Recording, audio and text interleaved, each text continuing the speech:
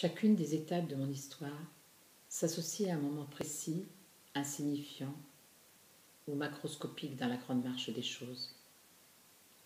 Une catastrophe mondiale, une passion d'un jour, un soupçon d'espoir devenu obsession, un frôlement dans un couloir entre deux classes, une déchirure transformée en cicatrice indélébile, des milliers de morts, des opérations macabres et sanglantes, des chagrins qu'on oublie trop facilement ou pas du tout, une petite fleur accrochée à une branche.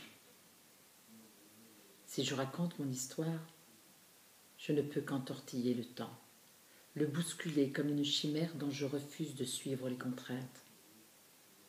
Je préfère la soumettre à mes propres élans, mes retraits d'enfant unique, prisonnière des souvenirs d'adultes, voulant à tout prix s'imposer aux siens.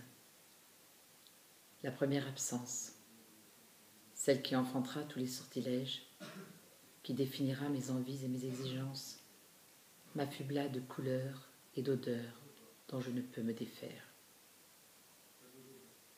Mais au fond de moi, je ne sais plus laquelle est la plus significative, tant elles s'emboîtent l'une dans l'autre, laquelle enclencha l'autre, comment les dissocier des événements qui martelaient notre quotidien. D'abord, je ne suis qu'une bulle, un fœtus encore inconscient de son existence, et autour de ce ventre prometteur, de cette maisonnée heureuse à la perspective de ma naissance, le chaos s'installe à l'extérieur. En reçois-je les éclats dans mon univers ouaté? Que savons-nous de l'imaginaire des embryons, des fœtus ou des nouveau-nés?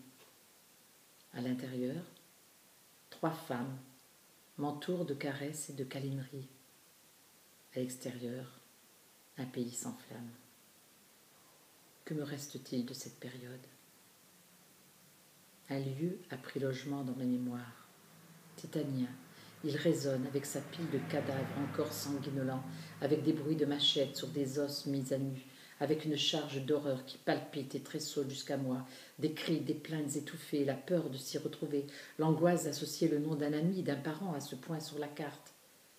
Petite localité auparavant insignifiante, qui s'introduit dans ma géographie personnelle, y prend place, avec le sang séché, les larmes, les membres hachés.